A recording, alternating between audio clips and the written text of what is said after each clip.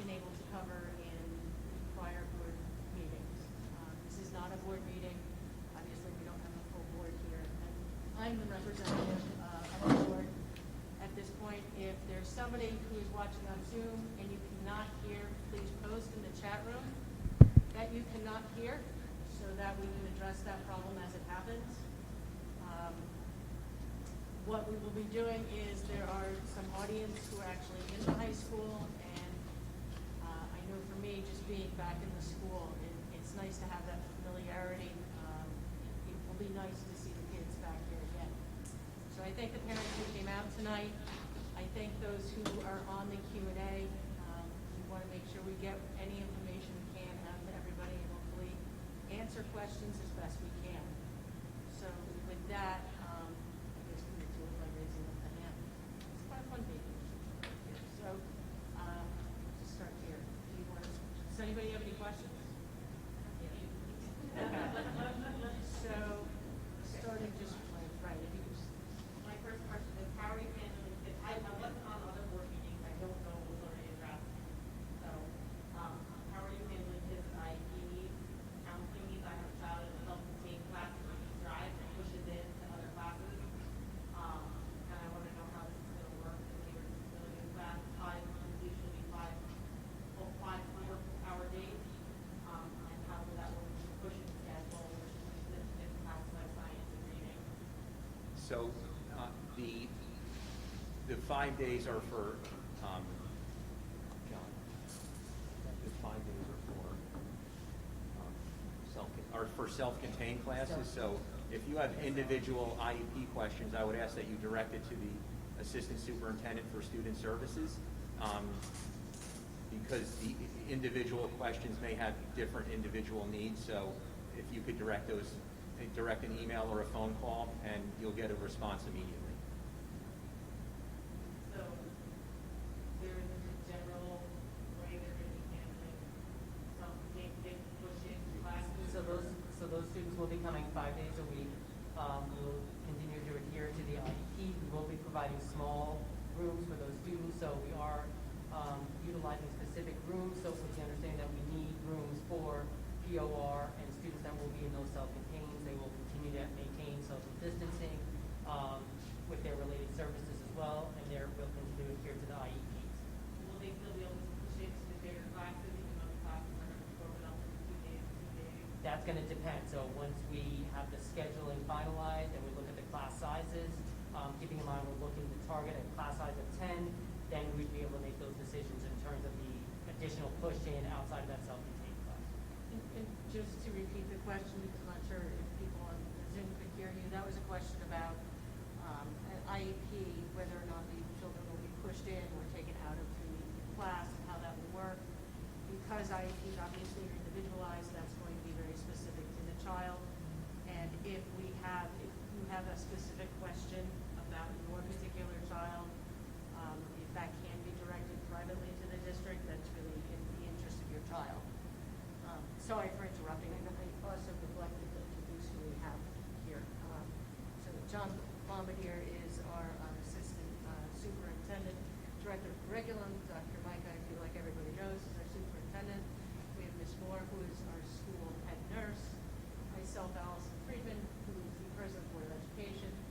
Ferreira, who is our Business Administrator, Board Secretary, and Stacy Lanesta is the Y time for any pre or aftercare questions. Sorry, I'm new at this point. Excuse me, folks. Just want to say something. Obviously, the folks in the audience, please try to be as clear and as loud as possible. I know we have some background noise. We've got a couple of mics. That mic is going to basically be recording the YouTube video that is going to be part of our YouTube channel. And then the laptop that's right there is actually picking up the sound for the Zoom. So Ms. Friedman is going to try to kind of take your question and repeat it to the folks that are on Zoom. And then obviously, as we answer the questions, we'll try to be as clear and as loud as possible. Thank you. Did you have any follow-ups? We can move on. I can ask more. I have a list, but it's fine. Move on to this. So Jay, are we taking it to question? Yeah, we're going to take a Zoom question now, the first one. So the first chat question. I'll go to Q&A. What implications does Murphy's announcement have for all virtual option have on our district? So, for those of you that did not listen to the governor speak today at 1 o'clock, he announced that districts have an option to go completely remote.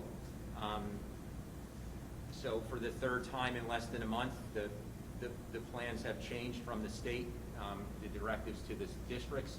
So we have to visit that at the board meeting on Tuesday and discuss it in an executive session with the board before the final decision is made on that particular issue. And the governor did not release any specifics along with it today, so we have to wait. They said they'll be out by the end of the day tomorrow, so that will help guide that discussion next Tuesday in executive session. As everyone might know, we've called for a board meeting every week in August, knowing that some things like this may be happening. As you know, everything is extremely fluid and is sometimes changing by the hour. Today would be an example of that, so that'll be discussed in executive session on Tuesday. Okay. Our next audience question. Mine is kind of like a multi-question for one, as far as like the live streaming. I know there's been certain portions of it that have been touched on in the past.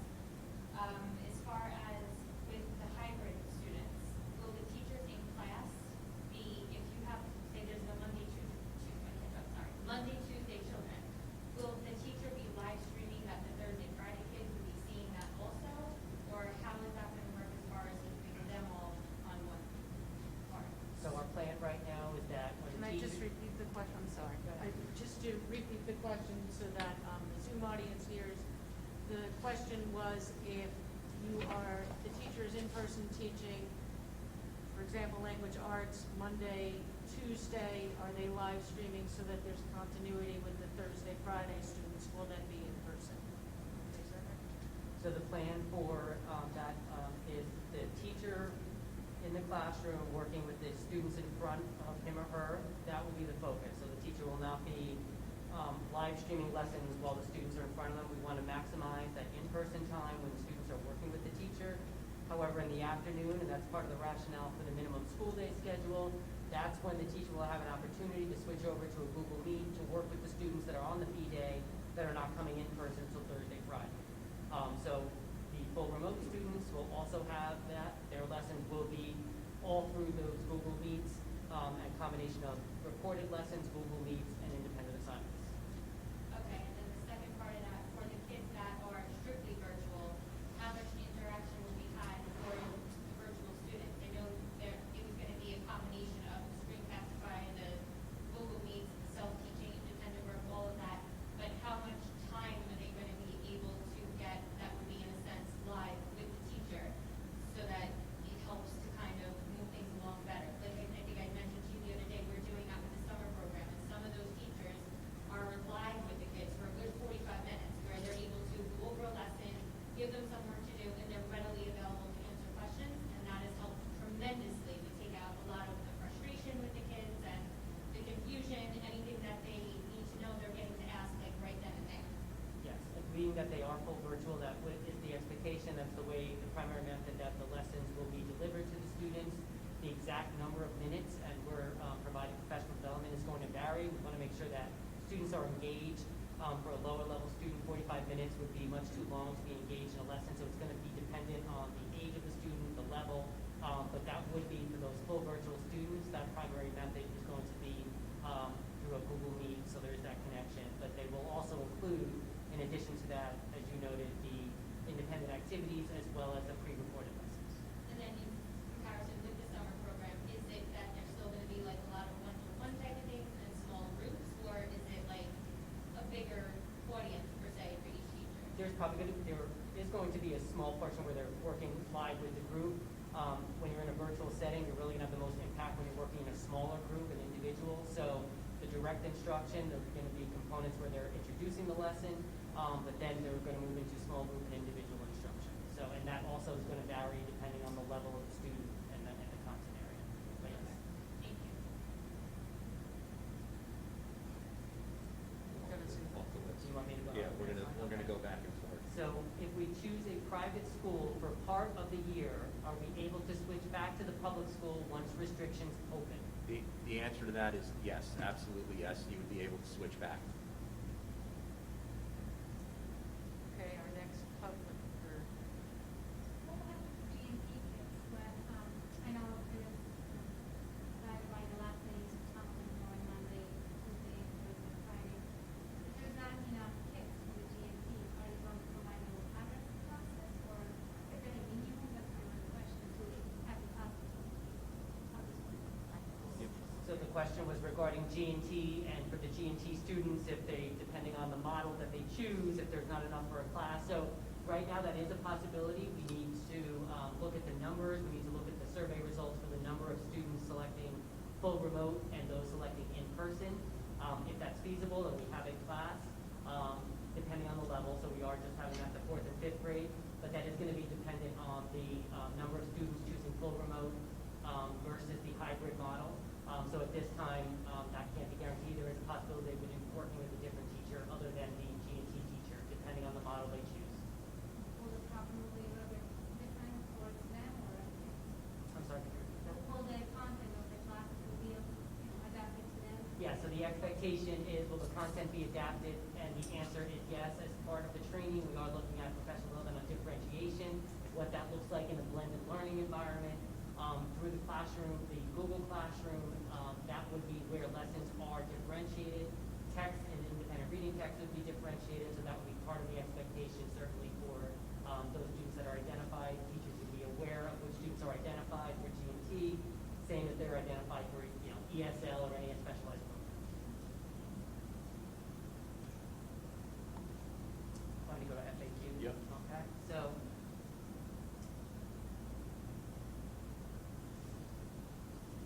how are you handling special education and special education services that are not specifically in a self-contained setting?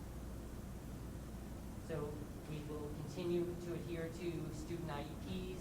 Those students that are in a self-contained setting will be coming 5 days a week. The students that are not in that self-contained will still have that option for full remote or the hybrid model. We will continue with small class sizes, and modifications and accommodations as well as related services will continue to be provided. We'll go.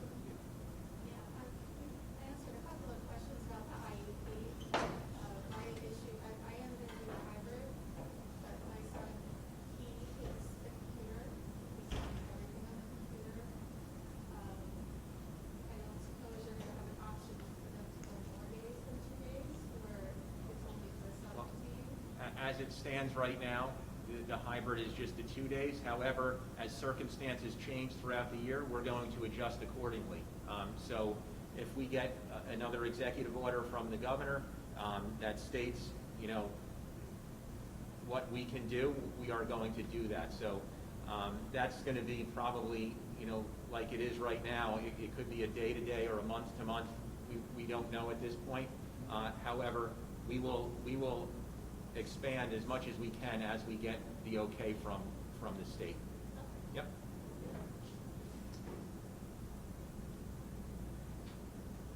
So the next question is, how will it work in the high school with their schedules if they do not change rooms?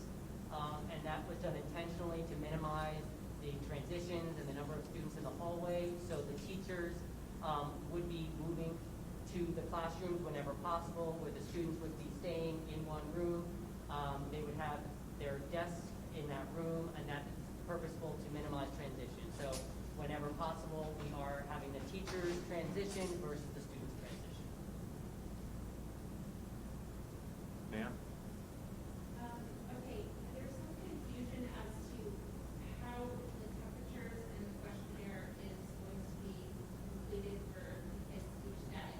Is that the parent responsibility? Yeah, Or yeah. you're going to be checking their temperatures before they walk in the building? No, following the CDC guidelines, and Ms. Moore, do you want to elaborate? Or? Yes, Okay. absolutely. So following the CDC guidelines that have been presented to us right now, Please bear in mind that we monitor those on a daily basis because things are changing frequently and quickly sometimes. But following the K through 12 guidelines right now, they are not requiring that we take temperatures when the students are coming in. So we are going to have a questionnaire that the parents will submit with the temperature on that. That will be monitored and once received in the school district, and then we will follow up with those students that have answered yes or have a temperature, follow up with them, but they will not be permitted in the building based on that questionnaire. Now, is it sent in every day Yes. on Yes, paper? no, electronically, every day. Every day. So we're working on a couple of forms right now. As you know, we've been sending out weekly correspondence.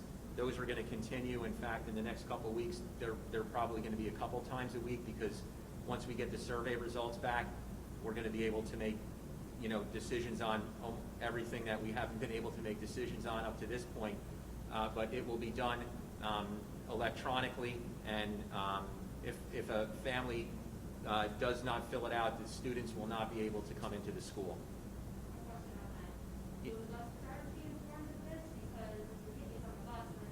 We're working out those details right now, but we're working through that right now. And as soon as I have an answer, you'll have the answer. Yep. And if I could just follow up, I've seen it, I'm a parent also in the district, I've got 2 kids here. I've seen it work real well with sports. My son participates in the sports practices. It is dependent on parents being forthcoming and honest and open and transparent. Being a working parent is not easy, and I know myself, I've gone to work sick, which is a new way of life I have to get used to, but this is fully dependent on an absolute partnership and trust as the parent community together, and understand we're truly in a situation, treat people as you would like to be treated. Every child is your child, and so you've got to be as transparent as possible and take care of them with that type of responsibility. That's really the goal. And just to add to that, the same procedure will be followed for staff members as well. Dr. Micah, could I add to that? As far as our licensing requirements for the before-school program, we are required to take temperatures. So if you're participating in the before-school program, you will be asked to drop off your child. A staff member, our safety officer will meet you at the door. Staff will not, parents will not enter the building, but we will be screening and taking temperatures, and that's part of our licensing requirements. Thank you. Ma'am, do you have another question, or? Oh, I have many questions. All right, we're going to keep going around this circle. All right. Thank you. I'll ask this question and then we'll do 2. One question is, who is the Assistant Superintendent for Special Services? And that is Mrs. Nolita Perez. And the next question is, And John, if I could just add, if you go to the website, you can click on every one of our names and it'll go right to email. Or you'll get the phone number as well if you want to call in. the next question is, what will the virtual setting look like? Will students who are remote be viewing the teacher in the classroom live while teaching the same material as the in-person students? So the answer to that is the teacher will not be live streaming from that classroom with the students in front of them on that hybrid day. Once again, we want the teacher to focus on the students that are in front of them when they're working in person. However, the students on full remote will follow the same curriculum, the same expectations, same grading as the students on the hybrid model. So our expectations are going to be consistent across. Those students on virtual would be logging in and provided with their instruction through the combination of Google Meet, pre-recorded lessons, and independent activities. I just want to We're gonna go. I just have a question in regards to what he said. Okay. So then, it would be the same teachers, or the teachers are separate from virtual, So, or does it come? yes, our goal right now is to have dedicated teachers for full remote and dedicated teachers for the hybrid students, so we can give the students the attention that they need and provide that instruction in a meaningful way. Ma'am? We'll be back. To clarify again,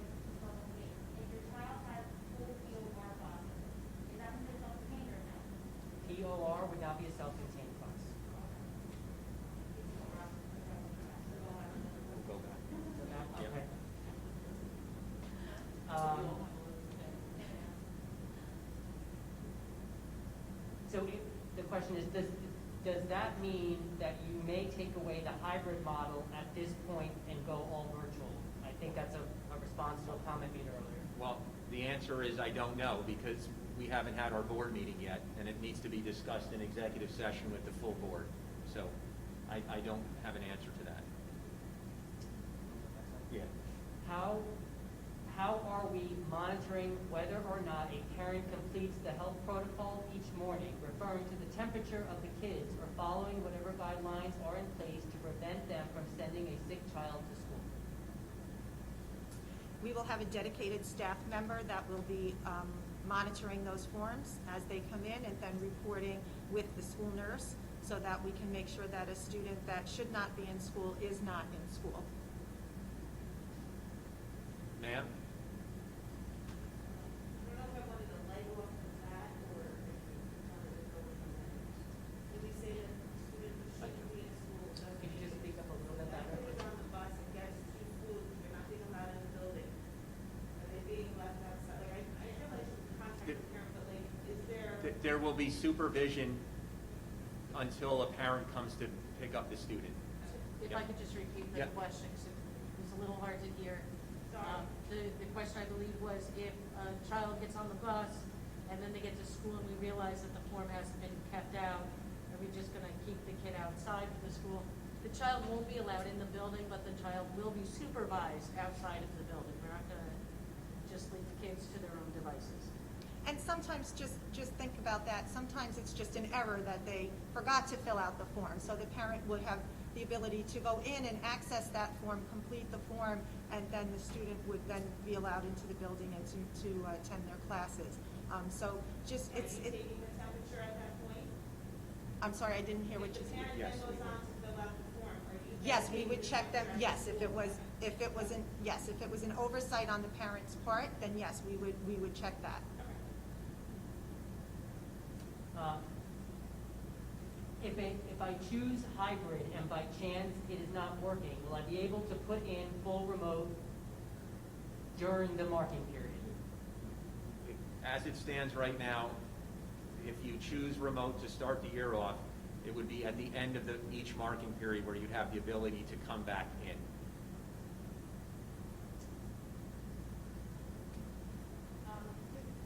I have an incoming question, and it's going back to the schedules in the group. You're gonna be able to group those kids based on the exact same schedule, so that they're all receiving the same classes in that classroom? So the question was regarding the schedule for the high school students. Yes. And the short answer is yes. So a student will have the courses that they were scheduled for in the spring, whether they are hybrid or full remote.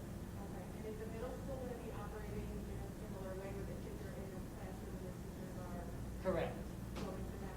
Yes, whenever possible, we are looking to minimize transitions by having the teachers move classes versus the students. Okay? In the high school, since students take all levels of classes, how can the students not move to different classrooms?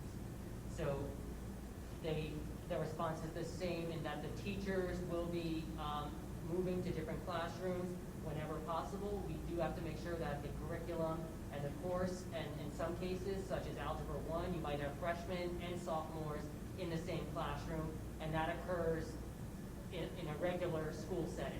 So the answer to that is the students will remain whenever possible, and there will be some cases in certain courses that there will be mixed grade levels. But if we must have a set grade level such as ELA 9, that will just be an ELA 9 course, and then a different teacher would come in for that next course if that was just for a freshman course.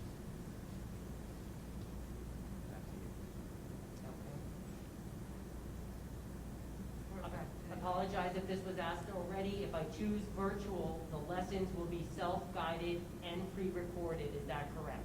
So the full virtual will include Google Meet live synchronous instruction, as well as pre-recorded lessons and independent activities that the students will be completing. Ma'am? What will happen if the student does test positive? Is it just that classroom? I'll start it. So, someone tests positive, we have an obligation to work with the county health department, and they will do contact tracing, and they will tell us the extent of what we have to do. So it's going to be a case-by-case basis, and then... Absolutely, yes. So then we will work in conjunction with them. The nurses are aware of contact tracing, know how it operates and what its full purpose is. And so we will work hand in hand with the county health department so that we can see the extent of the exposure within the building, and then we will follow their guidelines and recommendations for how to handle that on our end.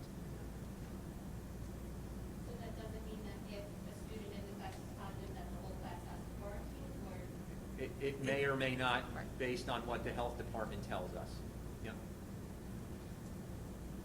Why are the students being escorted to the bathrooms? Our goal is just to make sure that our students are safe and that we are ensuring social distancing. I mean, just that there would be someone in typical setting. We always have, at the high school level, someone in the hallway as a hall monitor, just to monitor the students, and that's essentially what that is. It's just monitoring to ensure social distancing, and that health protocols are being followed. So maybe this is a two-parter, maybe this is two questions, so forgive me. But No, it's all right. It's a question about policies as far as health. We have a daughter, she'll be going into second grade.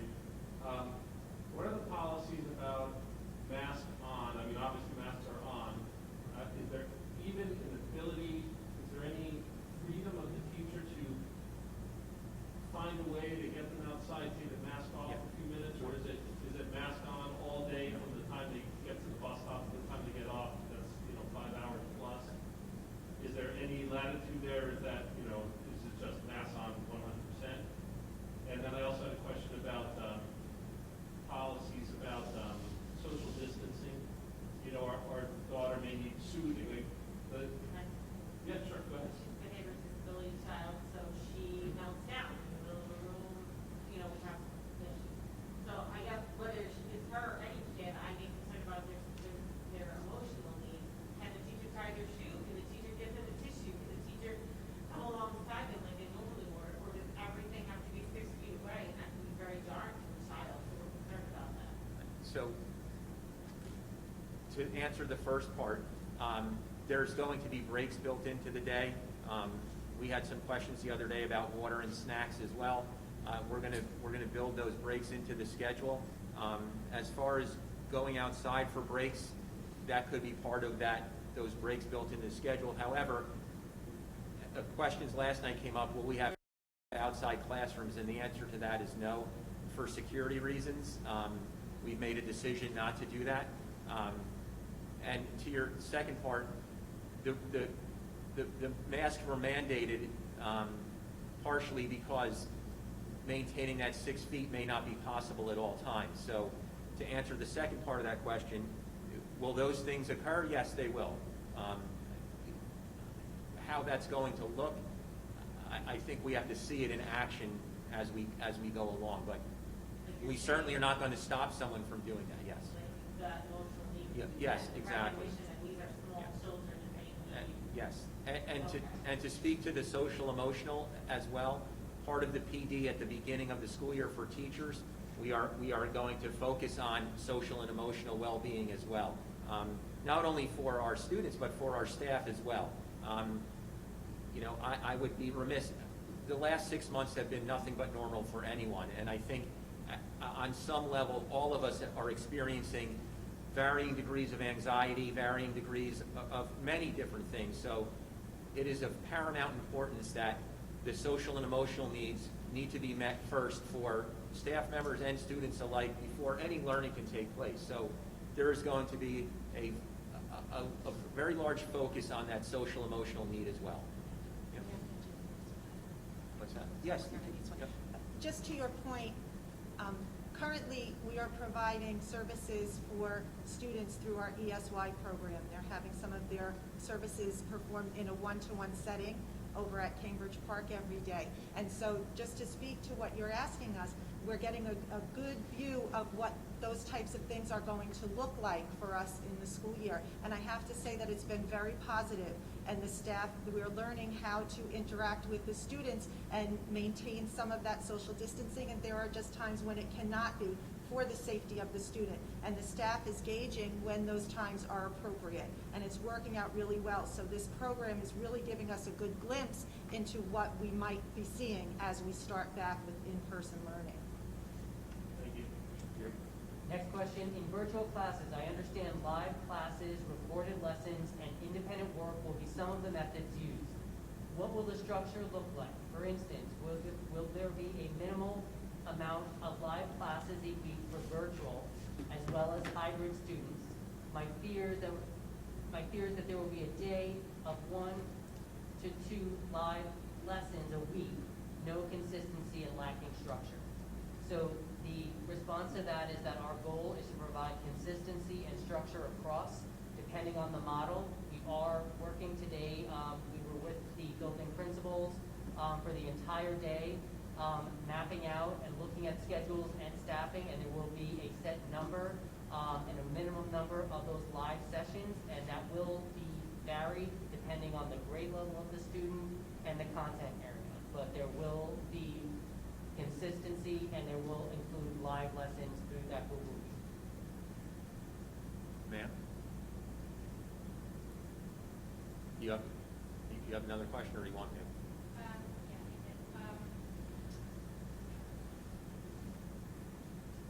There was a discussion about staggering drop-off times and pick-up times and things like that. And then there was also something about for buses, if they opt out for the bus. So if somebody was to opt out for a bus, does that mean, one, that they opt out for the year? And if you're staggering times, does that mean the start and the end are different? No, so if you are mandated by law for busing, if you come in and out, you will have a bus. As I said, when we get the survey results tomorrow completed, we're going to be able to make more decisions on how much subscription busing we can offer under the circumstances. So that part could change, but if you're mandated by state law, that's going to continue. So the staggering would be, this pickup times will remain the same. However, when they get to the school, the coming off of the bus may be staggered by bus, so we can get students in. And then drop off is the same thing. Is there going to be a change in the way? There could be, yes. So once we have the numbers on parents that are electing to drive their own child to school, as opposed to taking a bus, we'll work out those specifics, and that's what we're going to be doing in the next week once we get these survey results. What is the protocol if someone in the classroom tests positive or is suspected of having COVID? Will the whole class quarantine 14 days before returning if students may have been exposed by that classmate or teacher? In addition, what is the protocol if someone in the building tests positive but wasn't in our son's classroom? Has there been a discussion about containing outbreaks when they occur? Absolutely. Yes, absolutely. And as I stated earlier, the nurses and the staff will be working in conjunction with the Monmouth County Health Department for their guidance on what we need to do in the event that someone in a classroom has tested positive or a staff member has tested positive. So each one will be an individualized case, so we really can't speak to a generalized plan for what would happen. It would be according to the contact tracing and according to the recommendation of the health department.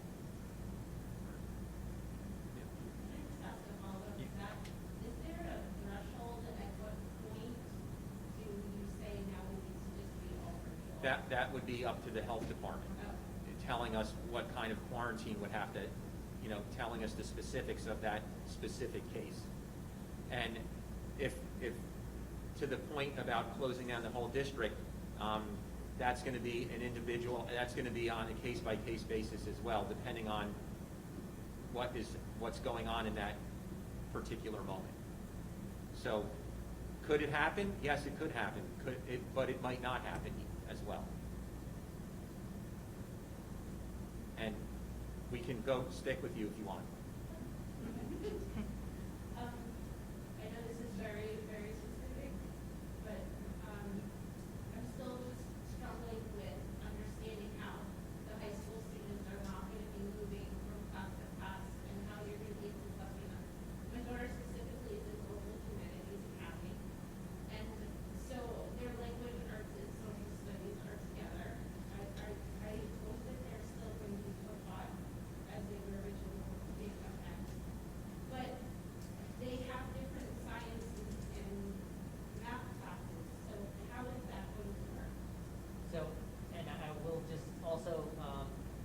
to say there is going to be a high school-specific information session based on the letter that you received from Mr. Eiler on August 19th. Which there'll be information sessions for every school.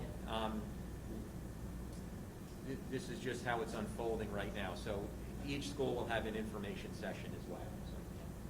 And that would be, all high school specific. But in short, that is part of the work that we are doing now is to minimize the transitions in the hallway. So that is the response. We are looking to minimize transitions whenever possible. So there is a possibility that, Yeah. that those particular students may have to. Yes. Okay. Yep. So it's not all the daily with children. Right, No. like in the lab situation, I mean, certain rooms are outfitted, you're looking at a wood shop room, so, in some instances, there is going to need movement, but it will be controlled movement within the building based on the schedule that's developed. All right, next one, what are they doing about academies at the high school? And I'll combine that with another question, so all classes, any course that a student was scheduled for, we will be offering those courses whether in a hybrid or full remote. Will there be a set schedule just like the regular school day? And there will be a set schedule just like the regular school day. And there will be interaction to ensure quality learning time with students in that full virtual setting. Yeah. I have a question about the lunches. Mhm. So the students that don't receive free every week lunch, do you put money in their account, or will you be accepting the money if they bring it to school? Then put money into the account online, there's a fee that goes with that, and the fee once a week, sometimes money or the money once a week, or if they don't come, you kind of add up. So, If I don't hear it coming out of this computer, I'm assuming that the Zoom audience doesn't hear it. The question was regarding the lunch accounts, if parents should be putting money in that lunch account, given that there's a fee to keep or to put that money on the lunch account. Obviously, we don't want parents to needlessly spend their money. So, the short answer is that there's going to be multiple methods of payment. To follow along with some of the protocols and guidelines that we've been hearing from other areas and other industries, we're going to try to minimize cash whenever possible. So the plan as we've kind of started to develop now would be that on a weekly basis, parents would receive a menu and make their selections for the following week. And then at that point, if the parent chose to make that payment via electronic means through the parent portal, that kind of thing, they can. If they wanted to submit a check and have it deposited in the student's account, that's a possibility as well. Cash, we're still kind of working through the mechanics of that, but once again, we're trying to kind of minimize cash handling just to kind of follow along some of the other protocols that are going on around us. So I hope that answers your question. Well, about the fee, if I get the way the fee is that. the fee isn't us that started this. Well, the fee is actually processed through the bank that takes in those credit card payments. We are working with Chartwell's to kind of utilize a different mechanism, a different payment structure with another vendor. The fee might be a little bit different, and ultimately, I think we're being discussed right now. What we're discussing right now is possibly having a different fee for an ACH transfer, like if we were to make a payment through a checking account as opposed to a credit card, because some people feel more comfortable with one versus the other, and consequently, to your point, it kind of helps people kind of control those fees and those things. The next three questions are asking about the ability to transition from the hybrid to the full remote and the remote to the hybrid. So the answer to that has been stated already, that there will be the students will wait till the end of that marking period to transition back to that hybrid model. And if you start off in the hybrid and want to go to remote, you'll have that ability to do that. But if you want to transfer back in, you have to wait until the start of the next marking period.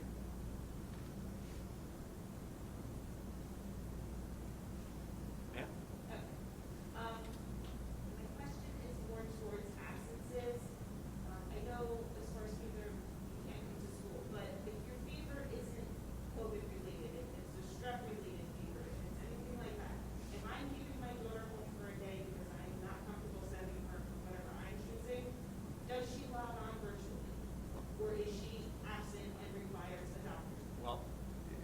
answer to that is going to be up to the parent. If the student is not able to log on because they're sick, that decision will be in the parent's hands. Yes, I mean, if they log in, they're going to be counted as there, yes. Yep. Even if it's their in-person test? If they're, that's my question, I'm sorry. It is No, if hybrid they're not, student. if they're on a hybrid and they don't come in for the day, that would be an absence, yes. Yep. I have to label on that, sorry. With the rules that they have, with missing so many days, to stay back and all that, how would that work out this year? If your child does test positive and you're out, or if your child has medical condition and you don't want to send them that one day with fever or whatever, how does the application work in here? So if you're in a situation where, if that situation happens, and the question is if you do test positive for COVID and you're in a hybrid, you would have the ability to go into the remote for those 14 days. And then when you were cleared to come back, you would come back. Okay. Yep. How will it work if you have a high school student in all ICR classes? Will there be a special education teacher present for each subject in the classroom as well as the general education teacher? So once again, we will be adhering to IEPs in co-teaching models. We will look to have those students in that ICR co-teaching situation and that co-teaching model. If a student is home and then returns to school in person at some point, will they go into that class with the same teacher? How would you accommodate the spacing with a larger influx of students at the same time? So that goes back to the process and why we have the 2 weeks prior to the end of that marking period to notify the building principal, so we can make accommodations and ensure that the classrooms are set up in a way that allows for the social distancing within the classes. So that's part of the reason that we have those protocols for the student transitioning back into that hybrid setting, so we can ensure the safety of the students.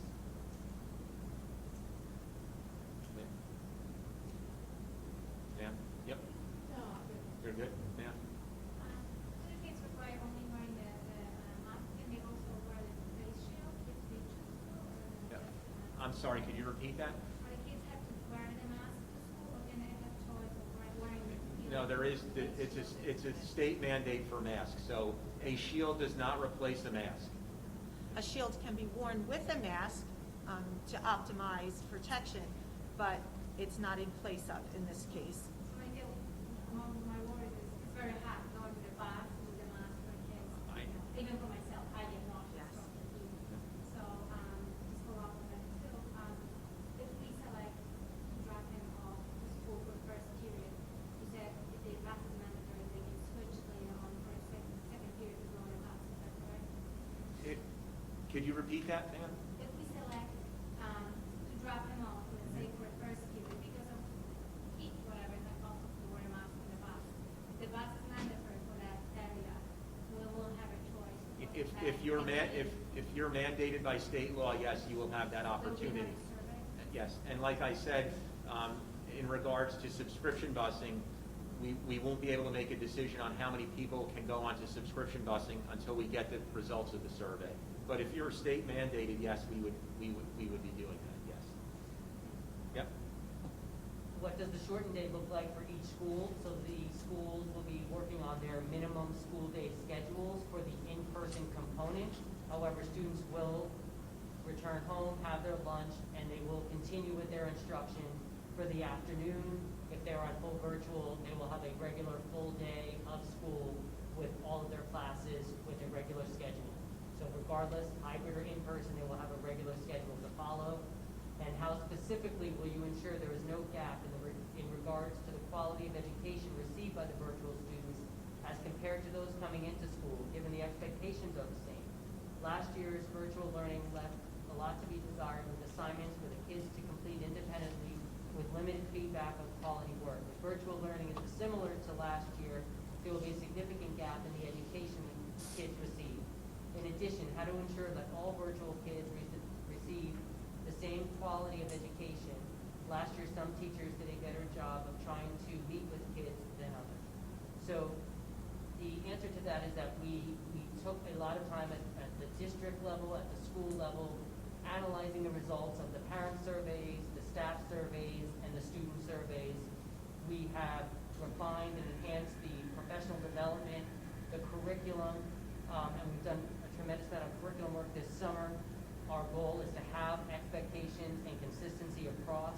We have learned a lot. We did not have time to plan when we went into the situation in March, but we have since had time to plan and look back on those lessons that we've learned. So the short answer is there will be consistency. Our goal is to have the same curriculum, the same expectations, and grading, whether you are on hybrid or full remote, and that is our goal. We will continue to work with teachers who need assistance with technology to ensure that our students are receiving the same quality education, whether in a virtual or a hybrid setting.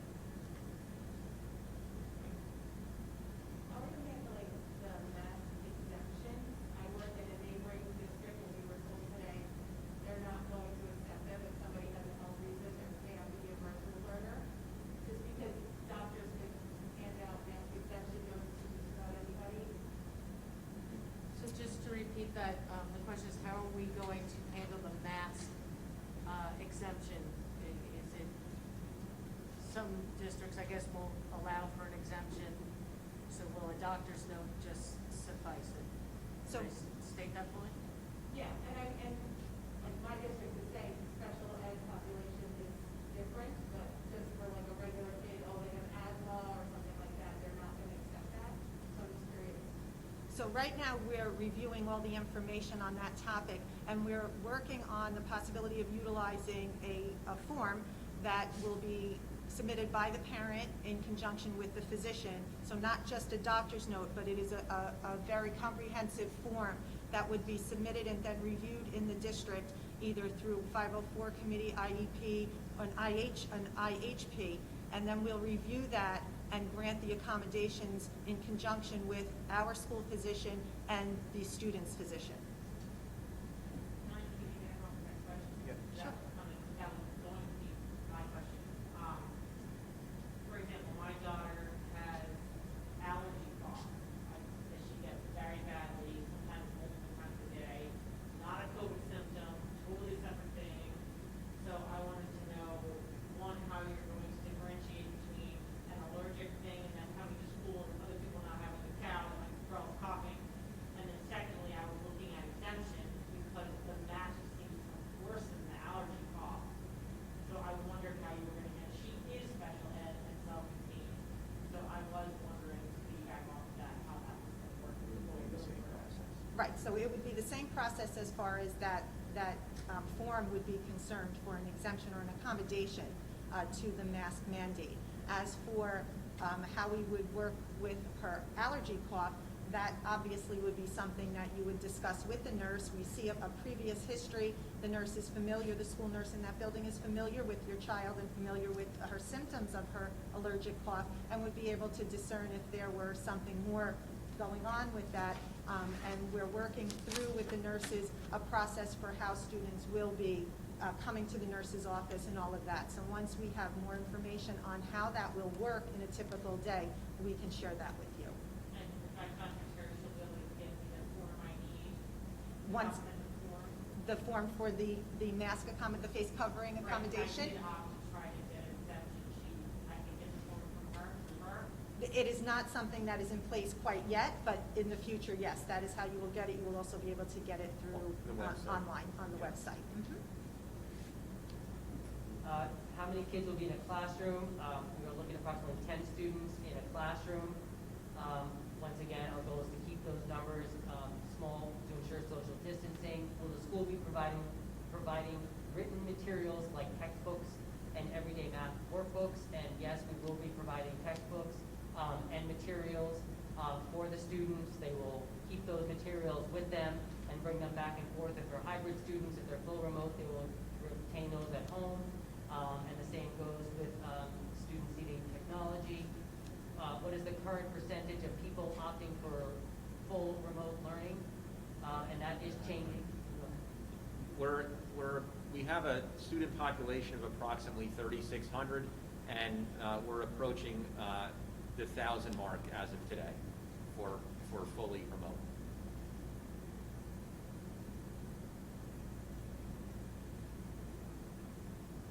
Ma'am?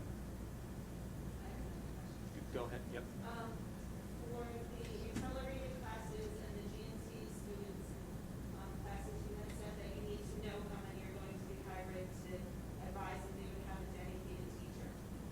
If there ends up not being a dedicated teacher for those hybrid classes, will the affected students be notified? Yeah, so a schedule would In provide. case the parent wants to change that decision? Yeah, so we have a date set for the portal to open, I believe it's the week of August 24th, in which the schedules will be released the typical way they are in the real-time parent portal. It'll have their schedule, who their teacher is, and at that time, you know, you have the option to reach out to the building principal, you know, and to make that decision depending on, you know, who that teacher is for that particular GMT population. And just as a reminder, the first day for students is September 8th. We front-loaded our PD days to go over what we've been discussing here all night. So that was approved last week at the board meeting. So there's an updated calendar on the website. Can you switch to hybrid or remote? We've answered that question. Will there be a live freshman orientation for the children going to school? At this point, we would not be doing live. We would be doing virtual back-to-school nights and orientations. If we answer the survey with the intention of doing virtual but then change our minds, we've answered that question in terms of the marking period process. If the student is virtual and then moves to a hybrid class, will they have the same teacher? And that at this point, we would probably not have that same teacher. We are looking to have a dedicated teacher for the full remote and a teacher for the hybrid students. If not, are the teachers following a strict pacing guide to make sure that all classes are in the same place? And that is our goal, is to provide as much consistency as possible with the understanding the hybrid and the full virtual option are going to be different in terms of the assignments.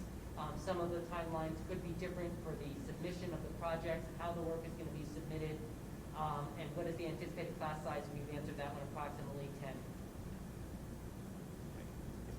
In regards to special services, over the spring thing, we used the Thera platform, something like that was called.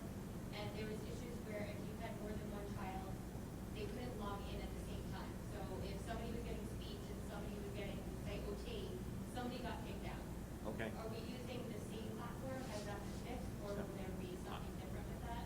I don't know the answer to that because I was not made aware of that issue. So I would ask if you email your case manager, and if you don't get you know, if you don't find out what the deal is, to email me. Okay, and then also in regards to special services, if the child needs additional services and you're only virtual, how would you go about, like, as far as like an evaluation or a reevaluation or something like that?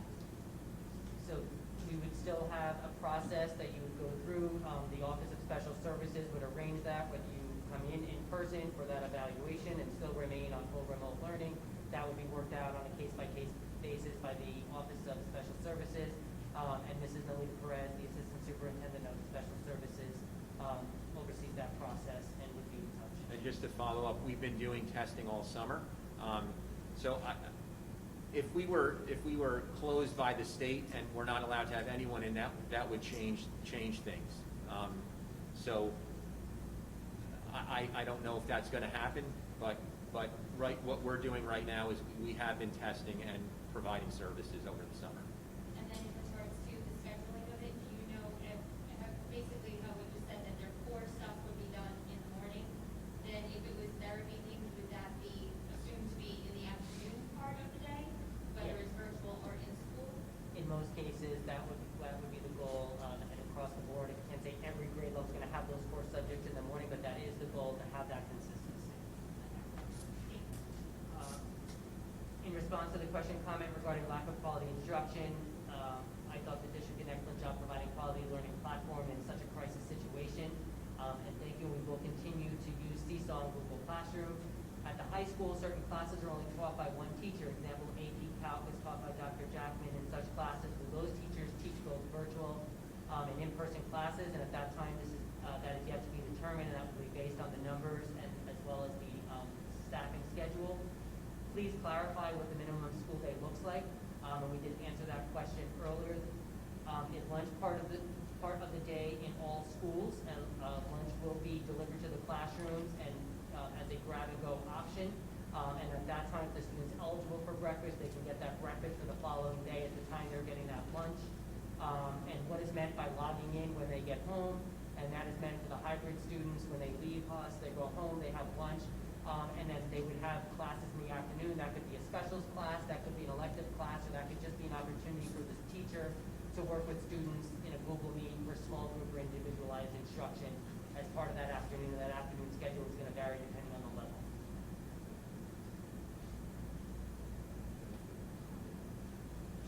Ma'am, you good? Ma'am? So how are you handling bands and chorus, like at the middle school level, or will that be virtual completely, or? So band and chorus will take place if the student is in person. They will have those in a classroom socially distanced. If they are virtual and they have an instrument, the teacher would be providing lessons in a virtual setting. So depending on the model, that is going to look different. There could be at the high school level, I know, an opportunity in addition to the during the school day, an opportunity for after-school band, and that would accommodate students that are on full remote if they chose to come in for that after-school for band. But our goal is to provide those arts classes, such as band, but in a safe manner. Are you following the suggested guidelines by the aerosol studies, where they're covering the bells and the instruments and? Yes, our goal is to follow the guidelines, etc.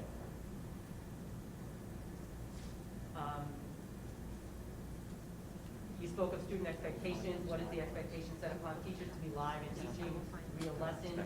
As this didn't happen most days in the spring at the high school, and that expectation is that there will be components of live synchronous instruction using Google Meets as well as pre-recorded lessons and independent activities.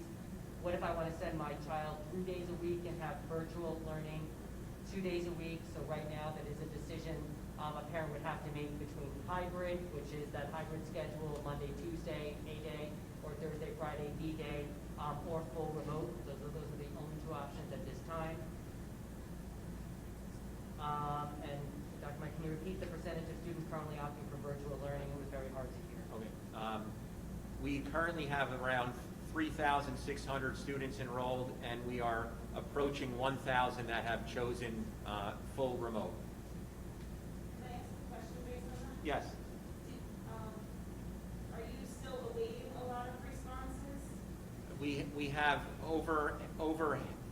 have over half the people have responded. So if someone doesn't respond, it's closing out tomorrow night at midnight.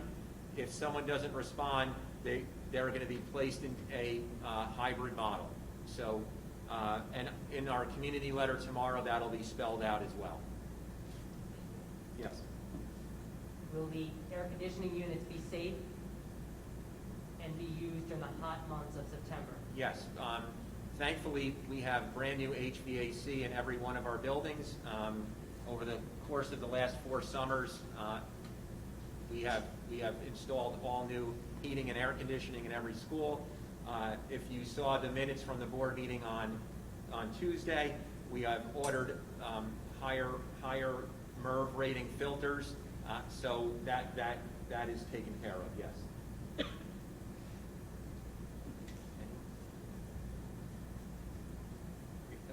have a question about cleaning. It says that the buses will be just cleaned once a day, so they're not going to be cleaned in between the times? They'll be cleaned in between runs as well. Yes, they'll be disinfected in between runs. Okay, and I understand you're going to try to minimize students from going from one class to another, but there may be possibilities. So Yes. are those desks going to be cleaned? Yes, Cleaned, so- and who's doing that? Our custodial staff, we're in discussions with the board if we have to bring on more custodial staff to ensure that these things are being done, yes. And it will all be done, after every cleaning is completed, there'll be records that are taken, so we have running records, so to speak, on everything that's going on. Greetings. Today, the governor said a district could go all virtual if they cannot meet social distancing guidelines. Can the district guarantee to parents 6 feet social distancing between students in all classrooms? If not, what is the district going to do to mitigate that? So the classrooms will be set up where desks are 6 feet apart. As we stated before, we're looking at about 10 students per classroom based on the square footage of each classroom, and that's what we're going to be enforcing.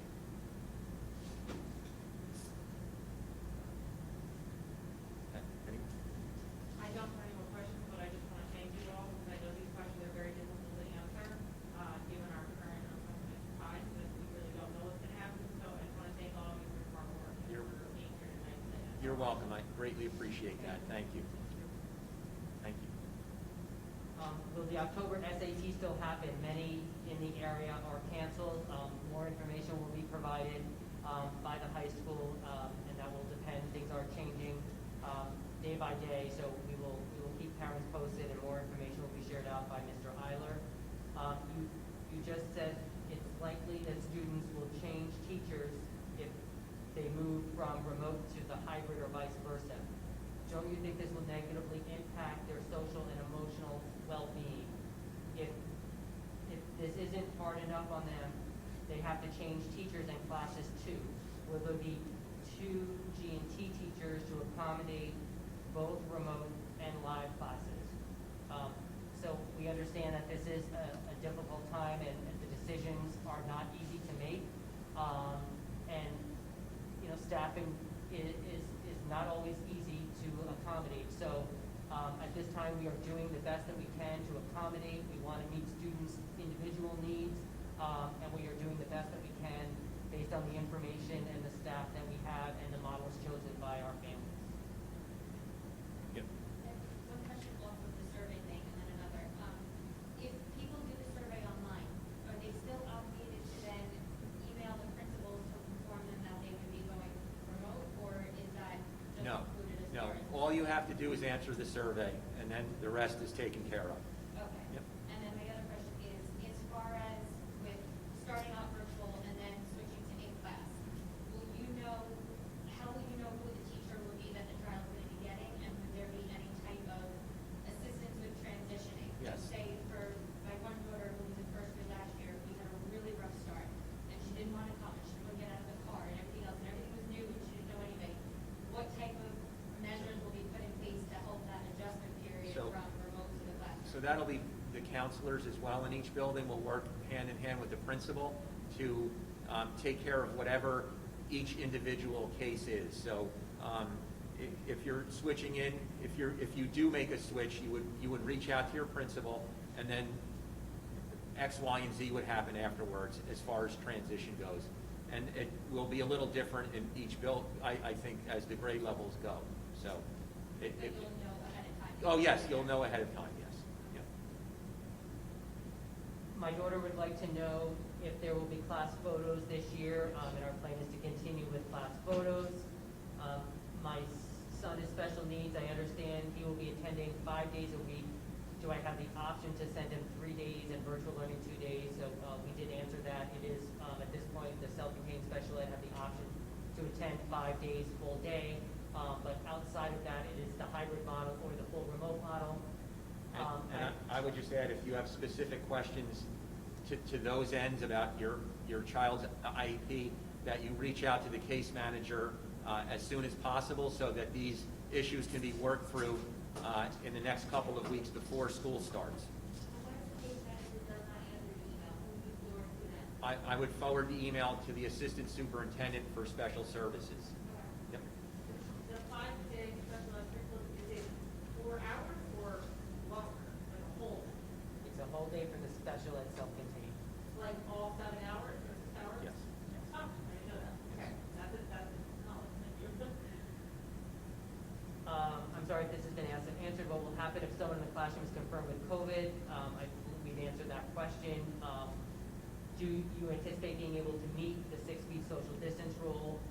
Will the number of students opting in hybrid model be used to decide if Mattawan will go full virtual at next week's board meeting? I don't know the answer to that because we haven't had the conversation in executive session yet. So those questions will be asked in the executive session on Tuesday before the board makes a decision. And I believe that completes all of the Q&A session, so I'll turn it over to Mr. Ferrera.